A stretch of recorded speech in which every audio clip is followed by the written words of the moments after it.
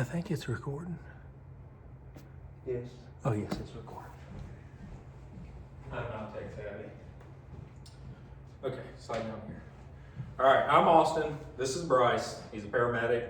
I'm a paramedic, and today we're going to be going over basic airway anatomy.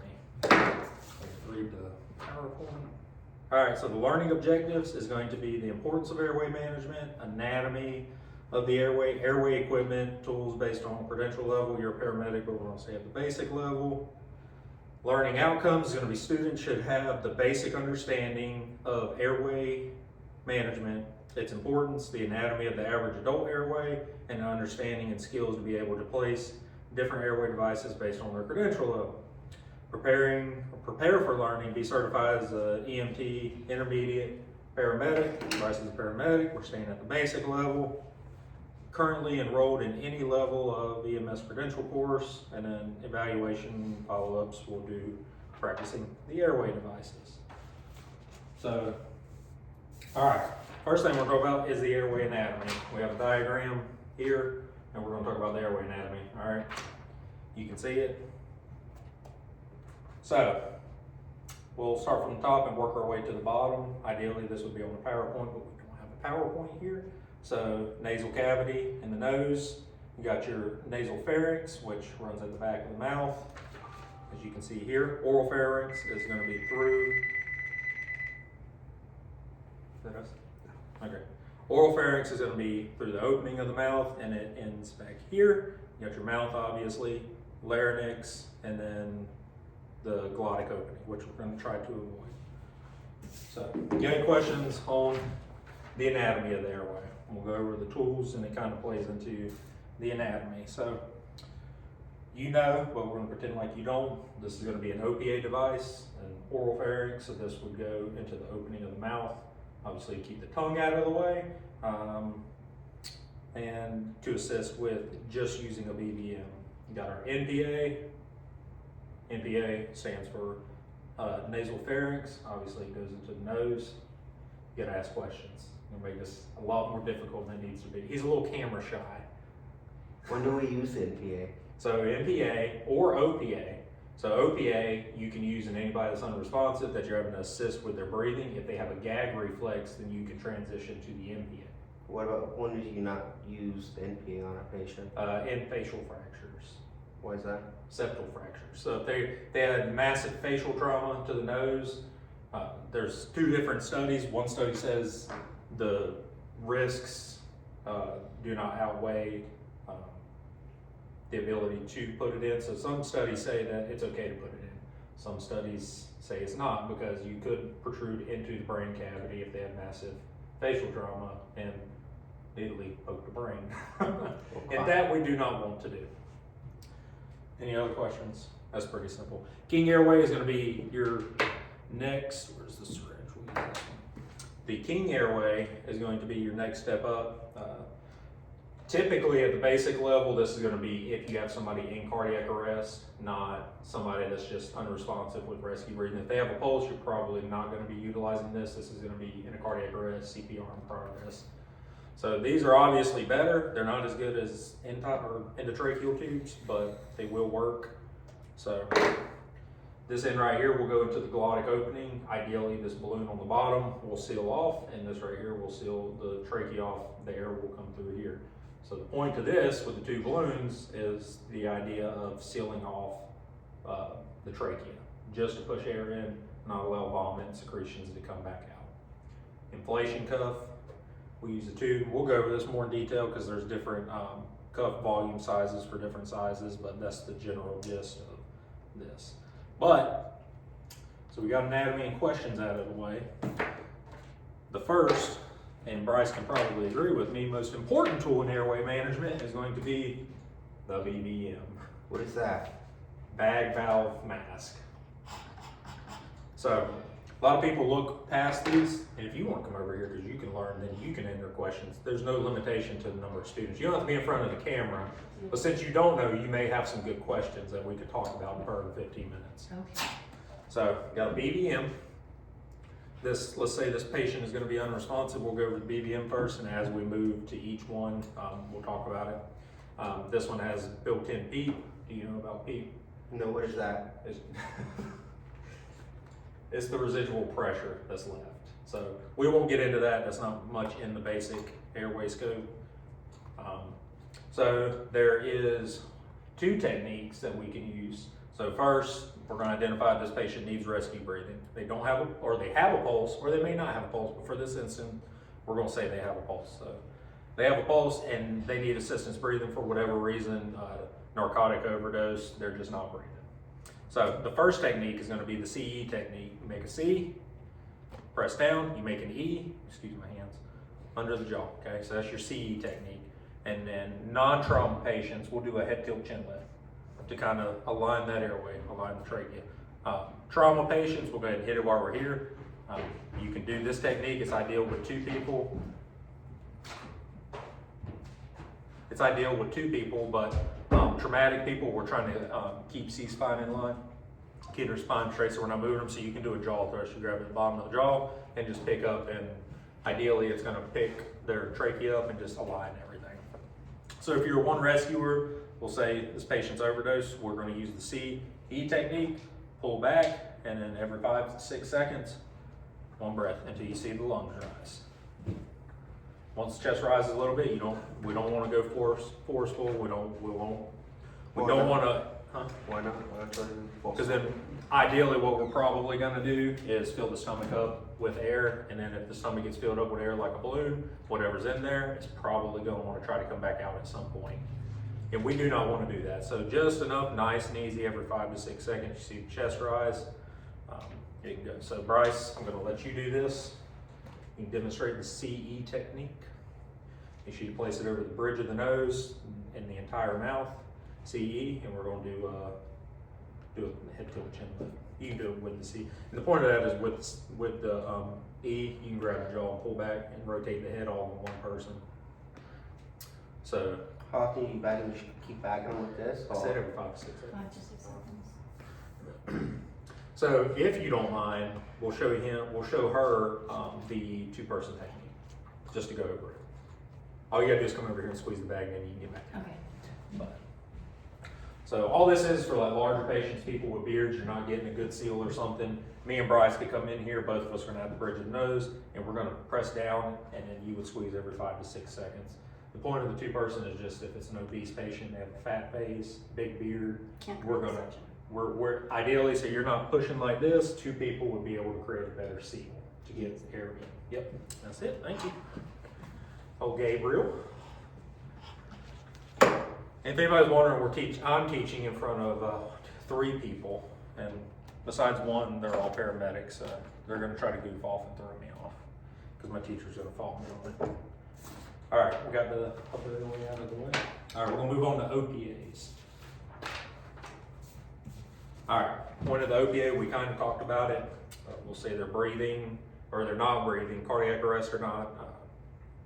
There's no fault to it, but I would prefer just to go to an airway if they have no pulse. But for an adult OPA, the idea is to keep the tongue out of the way, keep the airway open. If they have a gag reflex intact, then we would move to the MPA. That's going to be a contraindication if their gag reflex is intact.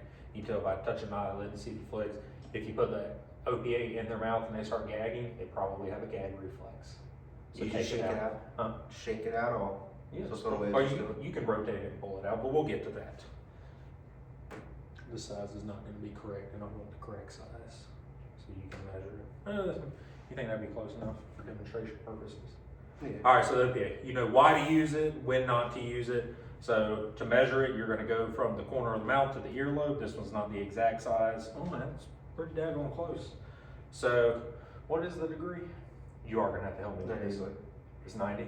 So the technique would be to come in come in at a 90-degree angle, down to the bottom of the mouth, and rotate in, keeping the tongue pressed to the back. You don't want to fold the tongue and push into the trachea, and then that would see, well then you're blocking the airway. Oh, okay. The point of this is to open the airway. So this can be utilized with a jaw thrust or a head tilt technique or a jaw thrust. What's that do? Well, A little hole? About to show you, that's for the air to move through. Okay. Will there be any situation where we wouldn't want to use an OPA? Yeah, gag reflex. Okay, but say they were, is there anything else other than gag reflex, would you like anything that presents itself that, okay, we wouldn't want to use that, maybe want to use a different type of, like an MPA or something like that? You're talking about C-spine? Well, C-spine wouldn't be concerned because you can still insert an OPA with maintaining C-spine. I don't understand I know there's other reasons to go to other things, but as far as a contraindication for an OPA, no, seriously, we can talk about it, because I gotta burn 15 minutes, so what's another, like, not to move to another airway, but what would be like a legit contraindication besides a gag reflex and the OPA that I'm not thinking of? Well, yeah, I was thinking. Or are you just asking? Well, just asking, I think I was thinking of, if there was like any type of obstruction or anything, like in the mouth, any type of like broken, well, obviously you can put it in after you clear all that stuff out. Yeah. Yeah, well, that's another good point. Suction is another thing. We just don't have suction here to demonstrate, and we could talk 30 minutes about this. If there's broken teeth, vomit, secretion, you're going to want to suction the airway prior to trying to do anything. Because all you're going to do is force that stuff down, especially if there's teeth in the back of the throat. Get it out, suction out. Nobody wants to be inhaling teeth and lodging teeth down into their bronchioles. Back to your question, the opening is going to be for the airway, so you know how to measure it, how to insert it at a 90-degree angle, and you're still going to utilize the BBM. Same thing, CE technique, however you want to use it, 2-man, and just until you see the chest rising fall. Please demonstrate the OPA and tell me what you're doing. Cross finger technique, Cross finger technique. 90-degree angle, and Base them out. rotate. It, perfect. And then you would bag the patient. We're gonna say you bag the patient. You get the gist of it? Absolutely. All right. MPAs or OPAs, they range from sizes 40 all the way to 120, and most of them are color coded now. The old ones are not, but most of them are color coded now. And based off the size, it would be from how you measure it. We'll move over to NPAs. So NPA sizes range from 20 to 36. What's that? Well, Doing my school project. I have to record explaining airway devices. So NPAs measure from size 20 to 36. We have two here. The way you measure these versus the OPA is going to be from the nose to the earlobe. Same. These are both going to be too large. Now we're teaching 4 people. What does that thing do? So, preference or when an OPA is contraindicated, or both, if you're struggling, but you probably need to call for a paramedic and just get an intratracheal tube, RSI, whatever the case may be. So same thing, you need this for, to maintain this person's airway to clear or to pass air.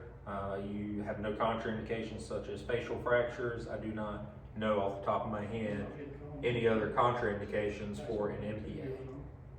Do you, Gabriel? Well, You're gonna be my teaching assistant if I have any. no, basal skull fractures, Yeah, that's it. any major. There's very fractures. few Yeah. contraindications for airways, because if you're in this, the likelihood of the patient being in rapidly deteriorating condition already, the risks are gonna outweigh the reward in some sense. So this is the beveled in, see it's slanted. This always needs to be facing towards the bridge of the nose, center of the septum, okay? So obviously the easiest way to do it is the right way, and then you would rotate it down. These, you can be used with lube. We have a can here, but in a kit, we have a little pack. You have your indications for why you need it. Bevel initially faces away, right? And then once you get about halfway in, you would rotate it and complete sitting in. I don't know why that piece is on there. I don't think you, I have no idea why you might need that. I've never seen that before. You don't do this. So just ignore that. You'd see this just like you would an OPA, in its own way, same thing, and use a bag valve mask, 2-man technique or CE technique, head tilt, chin lift, jaw thrust, whatever you need to do, and bag till you see chest rise, okay? Okay. So you know your indications, your contraindications, and how to place it. So you can place it, please. What is our time? Can you see what our time is at? We've got to be getting close. What time you start? I don't know. I think it's a 15 minute, it's a 10 to 15 minute, I believe. We gotta get close. Yeah. 15:05. Are we really? But Yeah. couple seconds, give it another minute because of all the interruptions. Oh yeah, I gotta go over King, so There you go.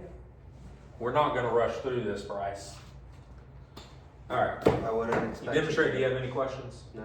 Okay. Can we see this on a live person? Yes, Bryce, come here. Can you have a leg? It's just an NPA. No. Okay. I've seen people demonstrate eye gels. No. So moving on at a basic level, we're gonna show them, but we don't use them anymore. This is gonna be an eye gel. It's based off weight. It's written right there on the front. We have reverted back to King's eye gels. These are considered BIAD devices, right? Yeah. You should have learned this in basic class, or at least read your material that you should have been studying to know what these devices are. What do they do? This is, I'm about to go over. This is a King Airway device. Preferably, cardiac arrest, we would go to these. You can't move past it. You can't move, and at a basic level, you can't use an endotracheal tube. That's a paramedic skill to intubate somebody with an endotracheal tube. So the highest thing of a basic skill level is going to be a King Airway.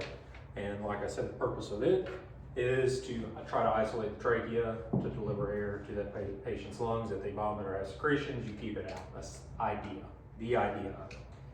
And we'll talk about the suction device. So anytime you get these, everything should come in a pack. You'll have a syringe. You're gonna check your equipment prior to using it. Make sure it's all correct and working appropriately, lube it up. And does anything else come in the pack? You Lube took and a one. syringe. Oh, no, two Yeah. of them on there. I got this here. We got two, got one. So, where's my chart? Alright, King Airways go from a size 2 all the way up to a size 5. This is gonna be a red, so number 4. The cup size differs for each one of them, but for the size 4, 60 to 80 mLs of air. And the way to measure or decide which one to use is gonna be based off the person's height. So for number 5, the average adult is 5 foot to 6 foot. Gage just happens to be a monster. Cameron just happens to be a midget.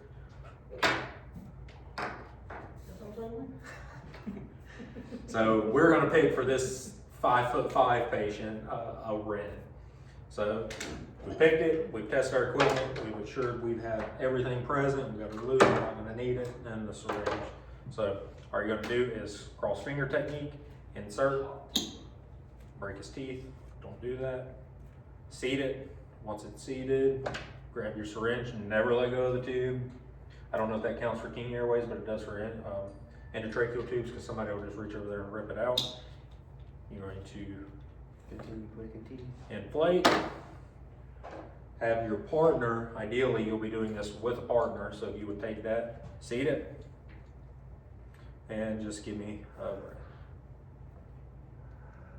Alright, chest rise. So, now we can secure the tube, break the teeth again. These are wore out, we're not breaking the teeth, I'm not that bad, I swear. Could talk camera. So we would secure this with a King holder. All right, one last thing we'll talk about, and then you can demonstrate this and we should be done. So we can bag now, tube secured. Ways to confirm this, we can auscultate the lungs to make sure we have good air movement, auscultate the abdomen so we have absent gastric sounds, we don't want that. Condensation in the tube. If you have a cardiac monitor, which most ambulances do, you can apply an ETCO2 reader. You should know what that is from studying your material, and that should give you a credible waveform. Okay? Okay, Understand? I understand. Any questions? No, I don't know of any contraindications for a King Airway. conscious and all. Oh, yeah, if they're conscious and alert, I hope you won't be putting a King Airway in. Other than the obvious, Yeah. These are, like I said, typically reserved for cardiac arrest and the basic skill level. I would not put this in somebody for, like a narcotic overdose that's just needs rescue breathing. We're just gonna probably use a BBM or MPA or OPA at worst. All right, can you demonstrate that, please? I check my equipment. Mm-hmm.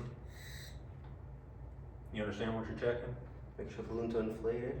Yeah, That looks not good. losing air. Yeah, that one looks real good. It's 10 years old. Alright, put some lube on it. we'll say there's lube on there, and used it. The kit should come with a pack.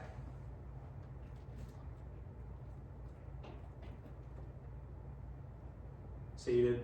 Seated. 1, 2. Hold on. I being your partner, you come in.